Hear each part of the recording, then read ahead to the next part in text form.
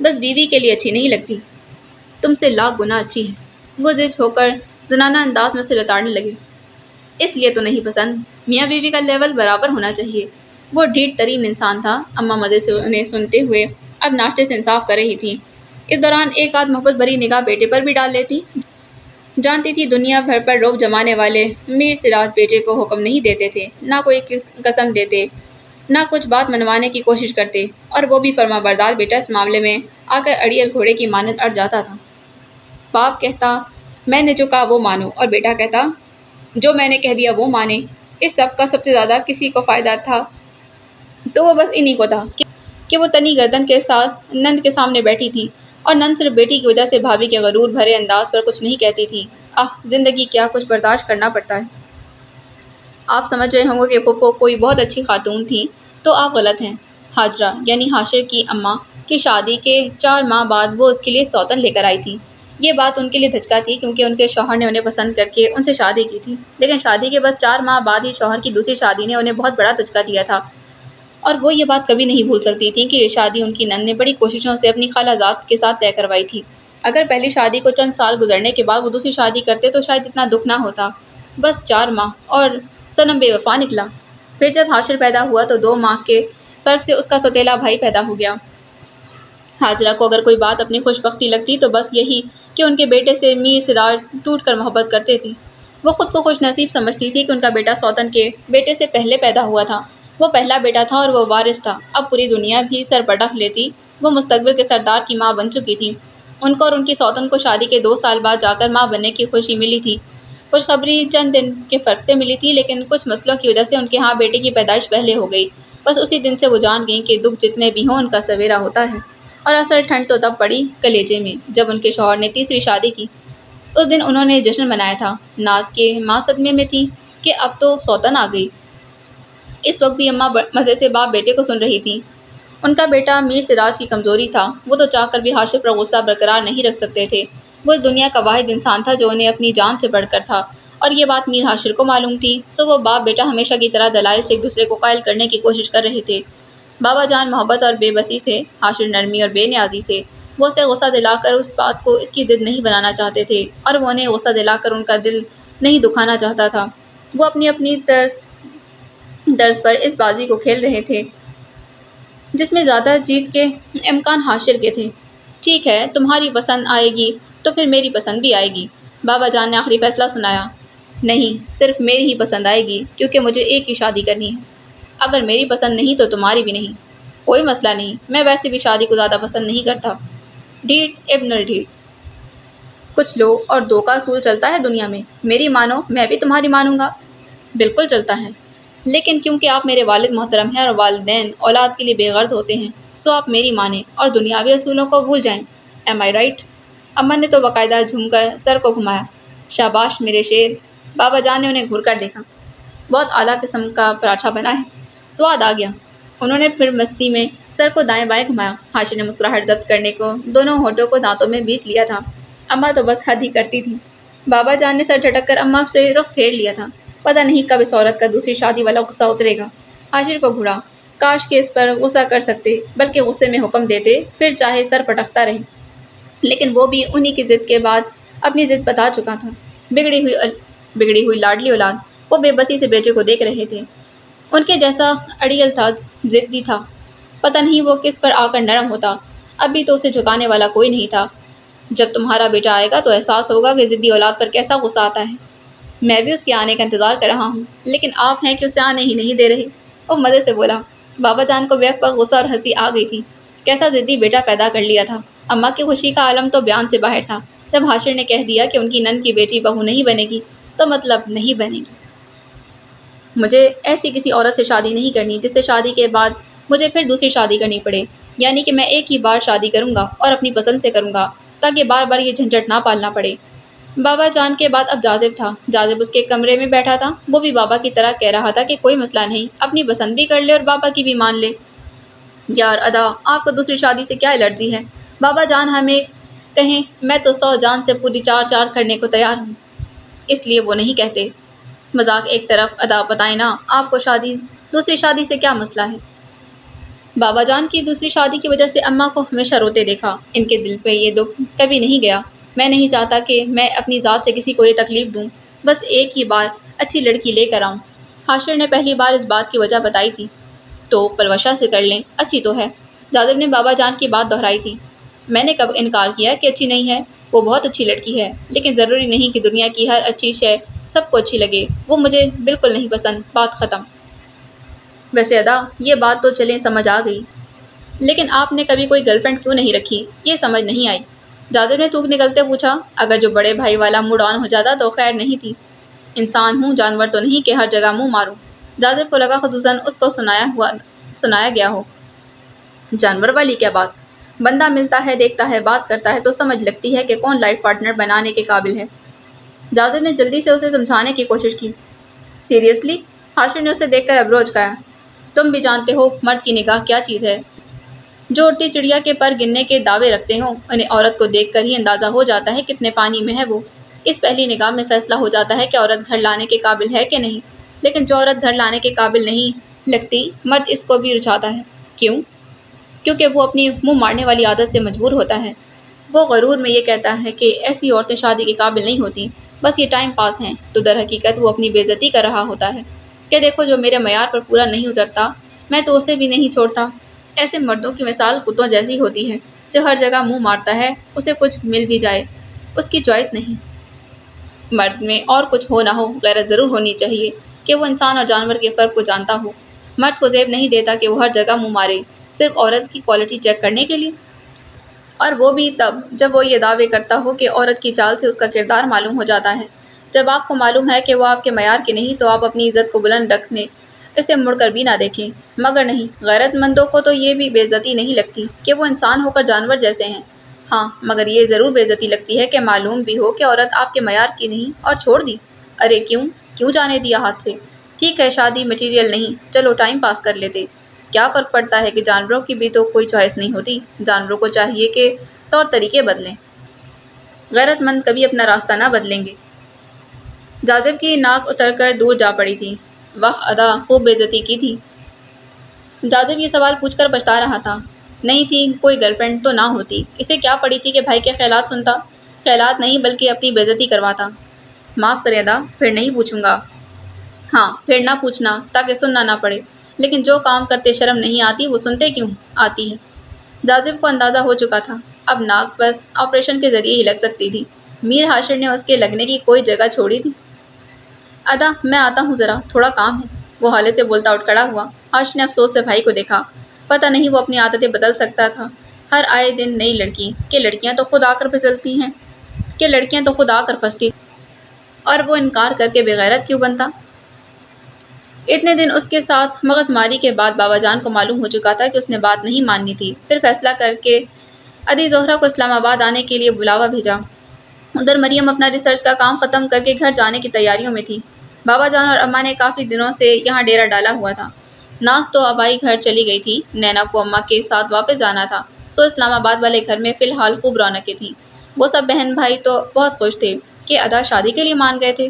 ایک بابا جان ہی پریشان پھر رہے تھے، اور ان کا بیٹا ذرا بھی ترس نہ کھاتا کہ بابا جان سے یہ ہمدردی پلوشا کو ساری عمر کے لیے اس کے سر باندھ سکتی تھی، اور حاشر کے خیال سے بابا جان کے لیے ساری زندگی بیٹے کو خوش دیکھنے کے لیے ضروری تھا کہ چند دن پریشانی میں گزار لیتے۔ خیر تھی، پھپھو زہرا اگلے دن آ پہنچی تھی۔ پہلے تو بابا جان نے اکیلے ان سے بند کمرے میں میٹنگ کی تھی۔ وہ تو یہ سنتے ہی ہتے سے اکھڑ گئیں کہ حاشر نے صاف لفظوں میں انکار کر دیا ہے۔ تم نے مجھے زبان دی تھی کہ میری بیٹی تمہاری بہو بنے گی، تو میں کب انکار کر رہا ہوں؟ میری ہی بہو بنے گی، لیکن رقیہ اس کی ساس ہوگی۔ کیوں، تم نے سرداری رقیہ کے بیٹے کو دی ہے؟ وہ بھڑک کر بولی۔ ادی، میرا دماغ خراب نہ کرو، جو کہنا تھا وہ کہہ دیا۔ تمہیں ذرا بھی اپنی زبان کا پاس ہے؟ تم نے کہا تھا کہ سردار بیٹے سے میری بیٹی بیاہ ہوگی۔ ہاں کہا تھا، مگر نصیب کی بات پورا نہیں ہو سکا۔ وہ افسوس سے بولے۔ کیسے بلوچ ہو جسے اپنی زبان کا پاس نہیں؟ لوگ تو زبان کا پاس رکھنے کو جان تک دے دیتے ہیں۔ وہ چیخ اٹھی تھی۔ اسی وقت کمرے میں حاجرہ داخل ہوئی۔ وہ اطمینان سے چلتے نن کے بالکل سامنے صوفے پر جا بیٹھی۔ تو ادی زہرا، آپ یہ چاہتی ہیں کہ آپ کی بیٹی کے لیے میرے شوہر یا بیٹے میں سے کسی کو مرنا ہی کیوں نہ پڑے، مر جائے، مگر آپ کی شہزادی لازمی میرے بیٹے سے ہی بیاہی جائے۔ خیر ہے، آپ اتنا احتجاج کر رہی ہیں، کہیں آپ کی بیٹی نے میرے بیٹے سے دل تو نہیں لگا لیا؟ منہ نوچ لوں گی تمہارا۔ وہ غصے سے اٹھ کر حاجرہ کی طرف آنے لگی، لیکن میر سراج نے اٹھ کر بہن کو بازو سے پکڑ کر دوبارہ بٹھایا۔ کوئی جھگڑا کرنے کی ضرورت نہیں ہے، بیوی کو سمجھاؤ یہ بات۔ وہ تنفر سے رخ پھیر کر بولی، کیا سمجھائیں گے؟ کچھ غلط تو نہیں کہا؟ حاجرہ بیوی کو تو زندگی اب صحیح معنوں میں موقع دے رہی تھی۔ حاجرہ تم جاؤ، میر سراج نے بیوی کو گھورا۔ وہ فاتحانہ نگاہوں سے نند کو دیکھتی ہوئی چلی گئیں۔ وہ گہری سانس لیتے بہن کی طرف متوجہ ہوئے جو ابھی تک رخ پھیرے ہوئے تھی۔ ادی زہرا، اب بتائیں میرے کس بیٹے سے آپ البشا کی شادی کرنا چاہتی ہیں؟ ادی زہرا نے بھائی کو دیکھا تو آنکھیں نم تھیں۔ میں مجبور ہوں ادی، حاشر مان جاتا تو مجھے اپنی بھانجی سے بڑھ کر کون تھی؟ تم حاشر کو مناتے تو مان جاتا، حکم دیتے، کوئی قسم دیتے، ایسے مجبوری ظاہر کر رہے ہو جیسے بڑے کوئی نرم دل اور دوسروں کی ماننے والے رہے ہو۔ وہ روٹھے لہجے میں بولی، آپ بھی جانتی ہیں حاشر مزاج میں مجھ سے بڑھ کر ہے، پھر سردار وہ ہے میں نہیں، اور اب اس کی کہی بات حرف آخر ہے۔ ادی زہرا تو تلملا کر اٹھی، اسی لیے تم نے وقت سے پہلے اس کے سر پر پگ رکھ دی تھی؟ سنو نینا، اس لڑکی کو یہاں بلاؤ۔ اماں نے بیٹے کے قریب بیٹھتے ہی سرگوشی کی۔ یہ اور بات کہ یہ سرگوشی سامنے والی لڑکی پر بیٹھے بندے تک آرام تک پہنچ گئی تھی۔ کیسے آئے گی وہ؟ کیسے کیا؟ جیسے سب آتے ہیں ویسے؟ اماں کی آواز بلند ہوئی۔ اوہو اماں، مطلب کیا کہوں اسے؟ دونوں ہی بھول گئیں کہ کانفیڈینشیل گفتگو ہو رہی تھی۔ دونوں ہی اب سرگوشیانہ انداز کر کے نارمل بات کر رہی تھی۔ کہو میری اماں بلا رہی ہیں۔ ہاں، میری بڑی پکی سہیلی ہے اور بچپن سے میرے گھر آتی رہی ہے۔ میری اماں کے ساتھ اس کی خوب بنتی ہے۔ میں کہوں گی میری اماں بلا رہی ہیں، وہ فٹ سے آ جائے گی۔ نینا نے اماں کی بات کا خوب ہی جواب دیا تھا۔ آرام سے لیڈیز، پیچھے سے جادب کی آواز آئی۔ کیوں، کیا ہوا؟ اماں اور نینا نے بیک وقت مڑ کر دیکھا۔ وہ چلتا ہوا ان دونوں کے سامنے آ بیٹھا۔ پہلی بات، ذرا دھیمے سے بات کریں، پھپھو ابھی یہی ہیں، اور دوسرا مریم بھابھی کو نہیں پتا کہ وہ ہمارے بھائی کو پسند آ چکی ہیں، سو ان پر کچھ ظاہر نہیں کرنا۔ کیا مطلب؟ نہیں پتا؟ دونوں ایک دوسرے کو پسند نہیں کرتے؟ اماں، جادب نے ماں کو دیکھا، جانتی تو ہیں اپنے بیٹے کو، آج تک کبھی کسی لڑکی سے 2 منٹ سے زیادہ بات نہیں کی۔ مریم بھابھی سے کوئی افیئر نہیں رہا۔ جب میں نے پوچھا کہ وہ آپ کو پسند کرتی ہیں تو کہا ناپسند کرنے کی کوئی وجہ نہیں اس میں، اور ویسے بھی اسے نہیں پتا کہ اس کے گھر رشتہ بھیجنے والا ہوں۔ تم اسے بھابھی کیوں کہہ رہے ہو پھر؟ اماں نے مشکوک نظروں سے بیٹے کو دیکھا۔ کیونکہ میں جانتا ہوں کہ اب دنیا یہاں سے وہاں ہو جائے، میر حاشر کی بیوی تو مریم عالم ہی بنے گی، وہ اس ناطے میری بھابھی ہوئی نا۔ اس نے دونوں ہاتھ کھڑے کر دیے۔ اب انہیں بلانا ہے تو بلا لیں، لیکن یہ بتا دوں کہ ان پر اس رشتے کی کوئی بات ظاہر نہیں کرنی۔ ادا نے منع کیا ہے۔ کاش کہ میرے بیٹے کی بھی کوئی لو سٹوری ہوتی۔ ان کی ماڈرن اماں نے حسرت ظاہر کی۔ وہ دونوں ہنس دیے۔ اماں، آپ ٹینشن کیوں لیتی ہیں؟ میری ایک نہیں کئی لو سٹوریز ہیں۔ جادب نے اماں کو آنکھ ماری تھی۔ تم تو شروع سے ہی کمینے رہے ہو۔ اماں نے نقد بے عزتی کر ڈالی۔ یہ زیادتی ہے، بڑے بیٹے کی لو سٹوری کی حسرتیں ہیں اور جو میری لو سٹوری ہے تو میں کمینہ؟ تو کیا غلط کہا؟ وہ میرا اتنا شریف سا بچہ ہے، اور دیکھو 30 کا ہونے والا ہے، کبھی کوئی عورت نہیں آئی زندگی میں، اس رقیہ کے پوتے پوتیاں ہیں، اور میرے بیٹے کو اب آ کر لڑکی ملی ہے۔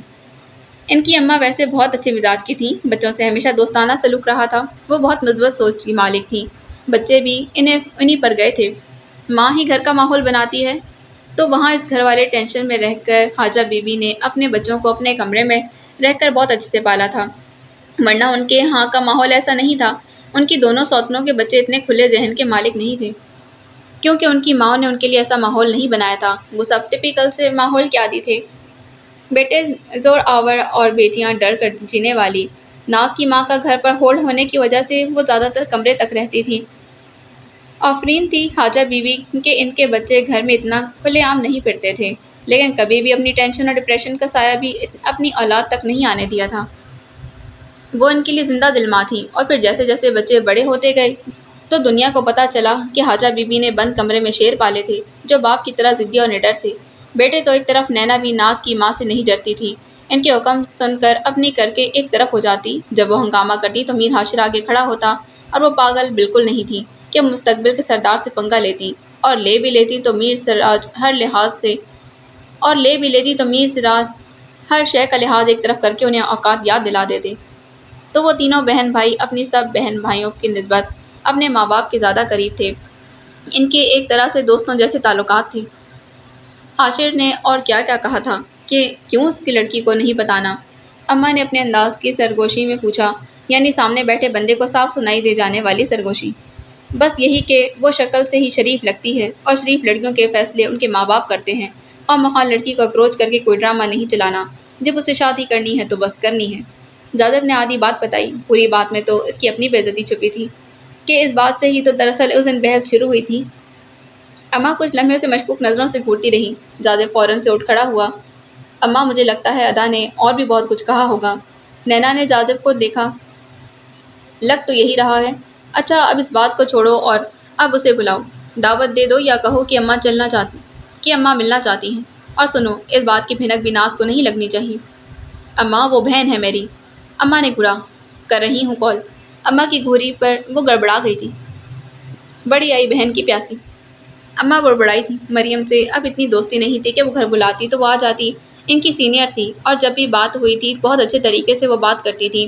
نینا نے موبائل سے مریم کا نمبر ڈھونڈا اور پھر چند سیکنڈ بعد دوسری طرف گھنٹی بج رہی تھی۔ مریم اس وقت ردا کے ساتھ ہاسٹل سے نکل رہی تھی۔ آج کل علی کے لیے شاپنگ کرنا اس کی پہلی ترجیح تھی۔ وہ کل گھر جا رہی تھی اور کام بہت سے تھے۔ ہاسٹل گیٹ پار کرتے اس نے بیگ سے بجتے موبائل کو باہر نکالا۔ نینا کی کال تھی۔ ہیلو، اس نے حیرت سے کہا تھا۔ نینا نے کبھی اسے کال نہیں کی تھی، بس ایک دو بار میسج پر ہی بات ہوئی تھی۔ سلام دعا کے بعد وہ اصل مدعے پر آ چکی تھی۔ وہ دراصل میں تمہیں اپنے گھر بلانا چاہ رہی تھی۔ اپنی اماں سے تمہاری اتنی تعریفیں کرتی ہوں کہ انہوں نے کہا کہ آج تو مجھے مریم سے ملوا ہی دو۔ نینا کو سمجھ نہیں آ رہا تھا کہ کیا کہے۔ مریم نے فون کان سے اٹھا کر حیرت سے فون کو دیکھا، جیسے نینا اس میں سے نظر آ رہی ہو۔ تعریفوں کے لیے شکریہ، لیکن میں دوستوں کے گھر نہیں جاتی، تم جانتی ہو مجھے پرمیشن نہیں۔ مریم صاف انکار کر کے اس کا دل نہیں توڑنا چاہتی تھی، اس لیے پرمیشن کا کہا۔ پلیز مریم، اماں کا بہت دل ہے تم سے ملنے کا۔ اب مریم یہ بھی نہیں کہہ سکتی تھی کہ اماں کا دل ہے تو خود آ جائیں۔ بڑی تھیں، ان کے بارے میں وہ کیا کہہ سکتی تھی۔ ردا اس کے ساتھ کھڑی پوری بات کو سمجھنے کی کوشش کر رہی تھی۔ اشاروں میں پوچھا تو مریم نے صبر کرنے کو کہا اور پھر نینا کے بہت اصرار پر اس نے حامی بھر لی تھی۔ کال کاٹ کر اس نے ردا کی طرف رخ کیا۔ اپنے گھر آنے کے لیے اصرار کر رہی تھی تو میں نے کہا آ رہی ہوں۔ کیوں، خیریت؟ ردا نے ایبرو جھکایا۔ ویسے ہی۔ پھر میسج ٹیون بجنے پر موبائل کو دیکھا۔ نینا نے گھر کا ایڈریس سینڈ کیا۔ بس تھوڑی دیر بیٹھیں گے، پھر شاپنگ کرنی ہے، کل 3 بجے جانا ہے۔ مریم کے پاس وقت کم تھا اور کام زیادہ۔ وہ ٹیکسی کر کے مطلوبہ ایڈریس پر پہنچ گئی تھی۔ وہ ایک شاندار گھر تھا، محل جیسا۔ واؤ، دونوں نے بے ساختہ گھر کے ڈیزائن کو سراہا۔ بھائی میرا تو خیال ہے کہ خوبصورت گھروں کا اتنا حق ضرور ہوتا ہے کہ انہیں رک کر ایک تعریفی نگاہ سے نوازا جائے، ردا نے بلا جھجک کہا۔ میرا بھی اس معاملے میں کچھ ایسا ہی خیال ہے، مریم نے بھی ہنستے ہوئے تائید کی۔ نینا، میر سے ملنا ہے، گیٹ کیپر کے قریب جا کر وہ بولی۔ اس نے سر ہلایا، پھر انٹر کام اٹھا کر اندر بات کی تھی۔ چند لمحوں بعد ان کے لیے دروازہ کھول دیا گیا۔ وہ گھر جتنا باہر سے شاندار تھا، اس سے بڑھ کر اندر سے۔ کاش کہ میں کوئی آرکیٹیکٹ ہوتی، ایسے خوبصورت گھر بناتی، ردا نے اس کے ساتھ چلتے ہولے سے کہا۔ یہ نہیں تھا کہ دونوں نے کبھی خوبصورت گھر نہیں دیکھے تھے، معاملہ یہ تھا کہ جب بھی کوئی خوبصورت عمارت دیکھتی یوں ہی فدا ہو جاتی، جبکہ اندر نینا اماں سے اب تک کی ڈھیروں تعریفیں کر چکی تھی۔ اماں اتنی نرم دل ہیں کہ کیا بتاؤں۔ ہر دوسری بات کے بعد وہ کہہ اٹھتی، بہت نرم دل ہیں، کوئی جتنا بھی دل دکھائے چپ کر جاتی ہیں۔ وہ ایسی بھی نہ ہوتی تب بھی اماں نے قبول کر لینا تھا کیونکہ وہ پلوشہ نہیں تھی۔ نینا نے انہیں انٹرنس ڈور پر ہی ریسیو کیا تھا، پھر ان دونوں کو ہال کے کمرے تک لے گئی تھی۔ وہ روایتی بلوچی بیٹھک کی طرح سجی ہوئی تھی، فرشی نشست تھی اور ایک جانب اماں بیٹھی تھیں۔ انہیں اندر داخل ہوتے دیکھ کر وہ اٹھیں اور محبت سے دونوں کو گلے لگا لیا۔ اماں، یہ مریم اور یہ ان کی دوست ردا۔ بڑی مشکل سے اس نے خود کو مریم بھابھی کہنے سے روکا تھا۔ وہ دونوں سلام دعا کے بعد اب ان کے ساتھ نیچے بیٹھ چکی تھی۔ اماں نے تو مریم کو اپنے ساتھ بٹھا لیا تھا، وہ محبت سے اس کا ہاتھ تھامے بیٹھی تھی، جبکہ وہ اتنی محبت پر جذبس ہوئے جا رہی تھی۔ ان دونوں ماں بیٹی نے تو اسے کسی شہزادی جیسا پروٹوکول دے دیا تھا۔ وہ یہ سوچتی کہ وہ روایتی بلوچ تھے اور ان کے مہمانوں کی عزت و تکریم ایسے ہی کی جاتی۔ ٹھیک تھا، مگر ردا بھی تو تھی۔ دراصل حاجرہ بی بی تو اس پر وارے صدقے جا رہی تھی اور مریم بیچاری بہت خوش اخلاق ہونے کے باوجود بھی اس سب کو ہضم نہیں کر پا رہی تھی۔ مشکوک تو ردا بھی ہو رہی تھی، لیکن دونوں ابھی تو یہ بات نہیں کر سکتی تھی۔ پھر کچھ دیر بعد ایک جانب دسترخوان سجا دیا گیا اور اسے دیکھ کر ایسا لگ رہا تھا کہ جیسے وہ کسی دعوت میں آئی ہوں۔ نینا، اتنا سب کرنے کی کیا ضرورت تھی؟ میں تو تھوڑی دیر کے لیے آئی ہوں، بتایا تو تھا کہ کل جا رہی ہوں، آج کا دن ہے، بہت کام۔ مریم ان کے اخلاق سے متاثر ہو رہی تھی، پھر نہ چاہتے بھی وہ لوگ دسترخوان کے گرد جا کر بیٹھی۔ اماں اور نینا بھی اس کے ساتھ ہی بیٹھی تھیں۔ جیسے ہی ان کی پلیٹ خالی ہوتی یا پانی کا گلاس نینا پھر سے بھر دیتی، اور ردا نے اب جوس ڈال لیا تھا، وہ پانی پی کر تنگ آ چکی تھی۔ مریم نے اب کی بار اپنا گلاس خالی ہونے پر اپنی خالی پلیٹ پر الٹ دیا تھا اور ذرا سا نیچے ہو گئی۔ ردا کا اب بھی جوس پی کر برا حال ہو رہا تھا۔ وہ مرتی تھی، انکار کرتی، اور پھر نینا پھر بھی گلاس میں اور پانی ڈال دیتی اور پلیٹ میں کبھی کچھ اور تو کچھ اور۔ ردا نے مدد نظروں سے اسے دیکھا۔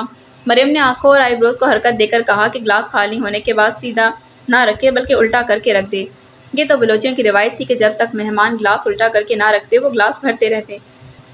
مریم تو اپنی طلب کے مطابق کھا کر اس طرح فارغ ہو گئی تھی، لیکن بیچاری ردا کو کہاں معلوم تھا کہ بلوچیوں میں یہ بے عزتی کے مترادف تھا کہ ان کے مہمان کا کھاتے ہوئے برتن خالی ہو جائے اس وقت تک کہ وہ انکار نہ کر دیں۔ مطلب برتن سیدھا رکھنے کا مطلب کہ وہ مہمان کی طلب سمجھتے تھے، اس لیے زبانی انکار کو کوئی اہمیت نہیں دی جاتی تھی۔ پھر ردا نے اب گلاس ہوتے ہی جلدی سے الٹا کر دیا اور پلیٹ سے بھی فارغ ہو چکی تھی۔ اس کی حالت پر وہاں موجود تینوں خواتین کو ہنسی آ رہی تھی، لیکن وہ سب ایک دوسرے سے چھپا رہی تھی۔ پھر وہ ان دونوں سے اجازت لیتی اٹھ کھڑی ہوئی۔ وہ دونوں انہیں انٹرس ڈور تک چھوڑنے جا رہی تھی۔ بیچ میں اماں نے نینا کو ہولے سے کچھ کہا تو وہ اندر کہیں چلی گئی اور وہ اماں کے ساتھ آگے بڑھتی رہی۔ یار مرتی ہوں، مجھے واش روم جانا ہے۔ زندگی میں کبھی اتنا جوس نہیں پیا جتنا آج نینا نے پلا دیا۔ مریم نے اپنے کہکے کا گلا گھونٹا۔ کبھی کسی روایتی بلوچوں کے یہاں مہمان نہیں بنی؟ اندازہ ہوتا تم کہ وہاں کیسے ہوتا یہ سب۔ مریم نے اس کے کان کے قریب سرگوشی کی۔ مجھے ذرا سا بھی اندازہ ہوتا کہ اتنا کھلاتے ہیں، کم از کم 2 دن بھوک ہڑتال کر کے آتی۔ مریم کے لیے اپنی ہنسی قابو کرنا بہت مشکل ہو رہا تھا، لیکن سر توڑ کوششوں کے بعد وہ اپنی ہنسی کو مسکراہٹ میں بدل پائی تھی۔ آنٹی واش روم کس طرف ہے؟ میری دوست نے جانا ہے۔ ردا نے گھور کر اسے دیکھا۔ خبیث دوست، کیا ضرورت تھی بتانے کی کہ دوست نے جانا ہے؟ یہ یہاں سے دائیں ہاتھ مڑ کر جانا، پہلا دروازہ ہے۔ اماں نے ردا کو ہاتھ کے اشارے سے بتایا تھا۔ ردا چلی گئی تھی۔ اماں ایک بار پھر اس کی طرف متوجہ ہو گئیں۔ دونوں جب اندر اماں اور نینا کے ساتھ باتوں میں مگن تھی تب میر ہاشر کو بابا جان نے ایمرجنسی کا کہہ کر گھر بلوا لیا تھا۔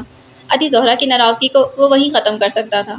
وہ بھائی کے سامنے بیٹھے اب روئی جا رہی تھی۔ وہ روکھے انداز میں بات کر کے بچتا رہے تھے کہ بڑی بہن تھی، ایسے لہجے کو سن کر رونے لگ گئی۔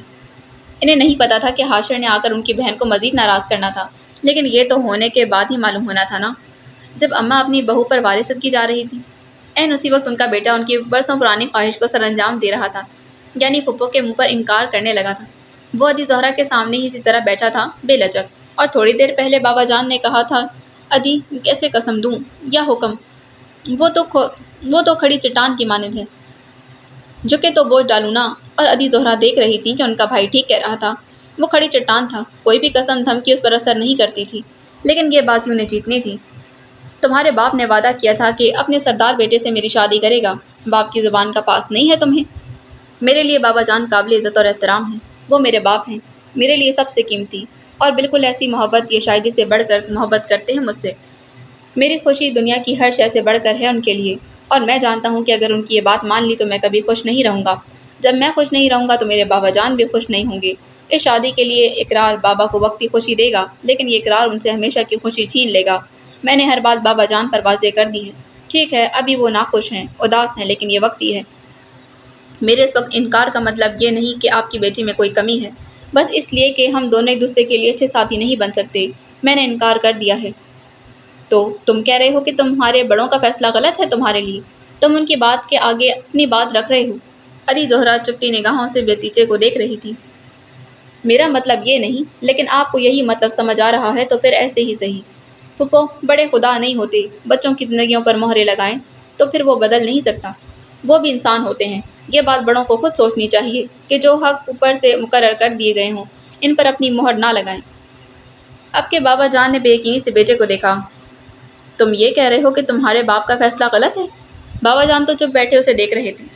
میرے بابا جان نعوذ باللہ خدا تو نہیں لگ گئے کہ ان کے منہ سے نکلی ہر بات ٹھیک ہوگی، اور پلیز بڑوں کے ادب کے ساتھ اندھا دھند تقلید کو نہ باندھیں۔ یہ انکار کر کے میں بے ادب نہیں ہو رہا، بلکہ اپنے حق کے لیے کھڑا ہوں۔ میری شادی میری پسند سے ہونی چاہیے، اور یہ حق اللہ اپنے بندوں کو دیتا ہے۔ جس لڑکی کے لیے باپ کی نافرمانی کر رہے ہو، اگر اس نے ہی تمہیں دکھ دیا، اس کے ساتھ خوش نہیں رہے تو؟ بابا جان تو بس بیٹے کے منہ کو تکے جا رہے تھے۔ انہوں نے جو سکھایا تھا وہ ویسا ہی تو تھا، لیکن یہ اندازہ نہیں تھا کہ وہ بہادری کے اس مقام پر ہوگا کہ بنا ہچکچائے اپنی بات رکھے گا اور اسے صحیح ثابت کرے گا، اور انہیں تکلیف ہوگی۔ یہ میرا نصیب ہے۔ ہو سکتا ہے جس سے بابا جان شادی کروا رہے ہوں وہ بھی دکھ دے۔ شادی تو جوا ہے، تو اپنی مرضی سے کیوں نہیں؟ اور ہاں، اگر آپ یہ سوچ رہی ہیں کہ میں ان مردوں میں سے ہوں جو پسند کی شادی ناکام ہونے پر روتے ہوئے کہتے ہیں کہ کاش ماں باپ کی مرضی سے کر لیتے، کہ شادی ناکام ہونے پر ان کے کندھوں پر بندوق رکھتے، تو یاد رکھیں میں وہ نہیں ہوں، میں میر حاشر ہوں۔ میری شادی ناکام ہوتی ہے کہ کامیاب، میں اس کا الزام سراسر اپنے سر رکھتا ہوں۔ میری زندگی میں ایک ہی عورت آئی ہے اور وہی میری بیوی بنے گی، آپ کو اچھا لگے کہ برا، لیکن میں مریم عالم سے ہی شادی کروں گا۔ اب اس بات کے آگے کوئی کیا کہہ سکتا تھا؟ وہ بھائی کی طرف مڑی۔ تو سرداری کس بیٹے کو دو گے؟ یعنی ان کا اصل مسئلہ سردار سے بیٹی بیاہنا تھا۔ بس عدی بہت ہوا، یہ مردوں کے معاملے ہیں۔ ایک آپ کی بیٹی کے لیے میں اپنا سردار نہیں بدل سکتا۔ میر سراج تو آگ بگولا ہو گئے تھے، پہلے بیٹے کی باتیں اور پھر بہن کی بیتو کی بات۔ خدا تو نہیں ہوں میں، جو کہوں تو ہمیشہ وہی ہوں، انسان ہوں، اللہ ایسے سبب بنا دیتا ہے کہ اپنی بات سے پھرنا پڑتا ہے۔ بیٹے کو دیکھتے وہ چبا چبا کر بولے۔ میر حاشر نے یوں کندھے اچکا دیے جیسے میں کیا کہہ سکتا ہوں۔ آپ بہن بھائی آپس میں بات کریں، آفس سے ڈھیروں کام چھوڑ کر آیا ہوں، مجھے جانا ہے۔ وہ بولتے ہوئے اٹھ کھڑا ہوا اور یوں بے نیازی سے باہر چل دیا جیسے اندر بس عام سی باتیں ہو رہی ہوں۔ وہ پھپھو کے تاثرات کو یاد کرتا ہولے سے مسکرایا تھا۔ جاذب گھر تھا، حاشر اس کی کلاس لینے اس کے کمرے میں آیا تھا۔ وہ تو بھائی کو دیکھتے فوراً اٹھ کھڑا ہوا۔ میں بس ابھی نکل رہا تھا، چلیں اکٹھے چلتے ہیں۔ میر حاشر نے سر جھٹکا، جاذب جیسا بھائی بھی کسی سر درد سے کم نہیں تھا۔ اور جب وہ سیڑھیوں سے اتر رہے تھے تو انہوں نے دیکھا کہ پھپھو زہرا جو غصے میں گھر چھوڑ کر جا رہی تھی، مریم کا نام سن کر ٹھٹک کر پلٹی۔ ابھی اوپر حاشر نے یہی نام لیا تھا۔ کیا کہا؟ مریم؟ تمہارا نام مریم عالم ہے؟ وہ چند قدم پیچھے ہو کر اسے دیکھتے ہوئے پوچھنے لگی تھی۔ مریم ان کے انداز پر کس قدر حیران ہوئی تھی۔ ابھی تو بالکل قریب سے گزری تھی اور دیکھنا بھی گوارا نہیں کیا تھا۔ نینا نے اسے گفٹ دیتے ہوئے اس کا نام لیا تو یوں پلٹی جیسے جھٹکا لگا۔ جی، میں مریم عالم ہوں، مریم عالم۔ وہ زبردستی چہرے پر مسکراہٹ لاتے ہوئے بولی۔ ان کو جاتا دیکھ اماں کا دل تو بہت خوش ہوا تھا۔ ایک تو نن سے جان چھوٹی، یعنی ناراض ہو کر جا رہی تھی، تو اب بہت عرصے تک شاید نظر نہ آتی۔ دوسرا، اپنی بہو بہت پسند آئی تھی۔ نینا سے کہہ کر اس کی دوست کے لیے چادر لانے کو کہا اور اس کے لیے سونے کی بریسلیٹ تھی۔ ان کی بہو پہلی بار ان کے گھر آئی تھی، جبکہ ردا اور مریم بہت آکورڈ محسوس کر رہی تھی۔ پھر چادر کی تو خیر تھی، چھوٹے سے شاپنگ بیگ کے اندر سے نظر آتے ڈبے کو دیکھ کر پتہ چل گیا کہ سونے کی کوئی چیز ہے۔ پھر مریم کے پوچھنے پر کہنے لگی، مہمان ہیں، خالی ہاتھ تو واپس نہیں جانے دوں گی، لیکن گولڈ نہیں پلیز۔ مریم کو زندگی میں شاید ہی کوئی بات اتنی تعجب خیز لگی ہو جتنا کہ یہ، کوئی گھر آئے مہمان کو واپسی پر سونے کے زیورات دیتا ہے، وہ بھی تب جب آپ ان کو جانتے بھی نہ ہوں۔ وہ دینے پر بضد تھی اور مریم لینے سے انکاری۔ نینا بھی اصرار کرنے لگی، پلیز مریم رکھ لو، امی اپنی خوشی سے دے رہی ہیں، اور ہماری تو روایت ہے کہ مہمان کبھی خالی ہاتھ واپس نہیں جاتا۔ مجھے نہیں، میں اسے ہاسٹل جا کر دے دوں گی۔ ردا نے آگے بڑھ کر اس تحفے کو اپنے ہاتھ میں لیا۔ ٹھیک ہے نا مریم؟ ردا نے اسے گھڑا۔ مریم نے بے بسی سے اماں کو دیکھا، تبھی وہاں سے گزرتے ہوئے عدی زہرا نے اس کا نام سن لیا تھا۔ عدی زہرا آہستگی سے چلتی ہوئی اس سے قدم کے فاصلے پر آ کھڑی ہوں۔ مریم عالم شکل سے 2 ٹکے کی لڑکی لگ رہی ہوں۔ اوقات کیا ہے تمہاری کہ تم میری بیٹی کے مقابل آؤ؟ ہاں، گندے خاندان کی گھٹیا اولاد، باہر اس لیے نکلتی ہو گھر سے کہ شریف لڑکے پھنسا سکو۔ وہاں کھڑا ہر شخص حیرت سے انہیں دیکھنے لگا۔ مریم کو لگا جیسے کسی نے گند کا ڈھیر اٹھا کر اس پر الٹ دیا ہو۔ وہ عورت کیا بول رہی تھی اور کیوں گالیاں دے رہی تھی؟ عدی، کیا کر رہی ہیں آپ؟ اماں حاجہ غصے سے بولی۔ عدی زہرا نے ذرا بھی ان پر توجہ نہیں دی، وہ شعلہ بار نگاہوں سے مریم کو گھورتی رہی۔ مجھے بالکل سمجھ نہیں آ رہی آپ کیا بول رہی ہیں اور کیوں؟ مریم کی آواز میں دبا دبا غصہ تھا۔ بھائی دیکھ کیا رہے ہیں، جائیں پھپھو کو روکیں۔ جاذب نے حیرت سے بھائی کو دیکھا جو ماتھے پر بل ڈالے نیچے دیکھ رہا تھا۔ نہیں، دیکھنا یہ ہے کہ کیا مریم عالم اتنی قیمتی ہے کہ اس کے لیے لڑا جائے۔ جاذب کو بھائی کی سمجھ نہیں آئی تھی، لیکن وہ پھر خاموشی سے نیچے دیکھنے لگا۔ مجھے لگتا ہے آپ کسی اور کی غلط فہمی میں مجھے سنا رہی ہیں۔ عدی، آپ نے جانا ہے تو جائیں، اماں نند کو غصے سے گھورے جا رہی ہیں۔ تم سے تو میں بعد میں نپٹوں گی، پہلے اس گندی نسل اور گھٹیا خاندان کی عورت سے تو نپٹ لوں جو ادائیں دکھا کر مردوں کو رجھاتی ہیں۔ وہ بچپن کے رشتے توڑ کر ان کے لیے اپنے بڑوں کا ادب بھول جاتے ہیں۔ آپ یقیناً کسی اور کی غلط فہمی میں اتنا بول رہی ہیں، ورنہ ہوش سلامت ہوتے تو آپ کو معلوم ہوتا کہ آپ کس سے کیا بات کر رہی ہیں۔ مریم کی رنگت سرخ ہو گئی تھی۔ ردا نے آنکھیں پھاڑ کر اسے دیکھا۔ کیا یہ اس کی وہی دوست تھی جو بہت نرم دل اور ہر بات کو اگنور کر دینے والی تھی؟ اسے 1% بھی امید نہیں تھی کہ مریم یوں بول اٹھے گی۔ میں نہیں جانتی آپ کس کی غلط فہمی میں مجھے سنا رہی ہیں، لیکن پھر بھی بولتے ہوئے اپنے الفاظ پر غور کر لیں۔ بڑے ہونے کا مطلب یہ نہیں کہ جو دل چاہا بولتی جائیں اور سامنے والے کو بے عزت کر دیں۔ باقی اگلی قسط میں۔